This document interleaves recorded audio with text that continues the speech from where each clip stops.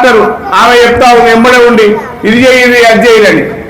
ఏమి లేదు, మనం తీసుకునే ఫుడ్లే ఇసం ఉందని చెప్పి తెలియజేస్తా ఉన్నాం. ఏదైతే విష పదార్థం ఉన్నదో ఆ ఫుడ్ తినకుండా మనం ఉన్నట్టయితే మన ఆరోగ్యాన్ని కాపాడుకుంటాం.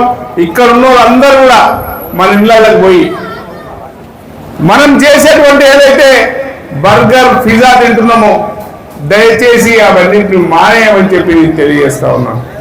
మనమందరం మానేస్తే మన పిల్లలు మానేస్తారు. ఇగో ఇప్పుడు మా సోదరి మన ఉన్నది, ఇది చాలా మంది ఇద్దరు మేయర్లు 1, 2, 3, 4 చైర్మన్లు ఉన్నారు. మీరు ఫస్ట్ మీ కుటుంబంలో హెల్త్ని కాపాడుకోండి.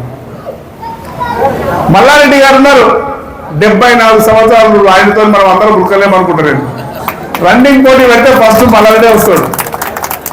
హెల్త్ అంటే మన హెల్త్ ముఖ్యం మనకు అందరికీ. నేను అందరికీ చెప్పేది ఏంటంటే మనం రోజు చెప్పే నీతులు పనిచేసి ఫుడ్ను కంట్రోల్ చేసినట్టయితే అందరం బాగుపడతాం, ఈ ప్రపంచాన్ని కూడా బాగు చేస్తామని చెప్పి తెలియజేస్తూ ఈ చక్కటి అవకాశం ఇచ్చినటువంటి మా యోగా గురువు ఖచ్చితంగా ప్రభుత్వం ద్వారా ఇంతకుముందు నువ్వు చెప్పినట్టు గోశాలకు కూడా ఇక్కడనే గెలిచిన మల్లారెడ్డి ఉన్నాడు, మరి ఇంకో గెలిచిన ఈటల రాజేందర్ ఉన్నాడు. నేను వీళ్ళిద్దరికి వేదిక ద్వారా ఉన్నటువంటి ప్రజాప్రతినిధులు అందరికీ కూడా చెప్తా ఉన్నాను, మన జవహర్ నగర్లో బ్రహ్మాండమైన స్థలం ఉంది.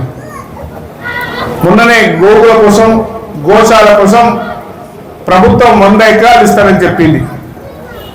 అదేవిధంగా మనం కూడా మన నియోజకవర్గంలో ఉన్నటువంటి ఈ జిల్లా కేంద్రంలో 100 ఎకరాల భూమిని అందరం డిమాండ్ చేద్దాం, గోశాల తెచ్చుకుందాం, గోవుల పాలు తాగుదాం.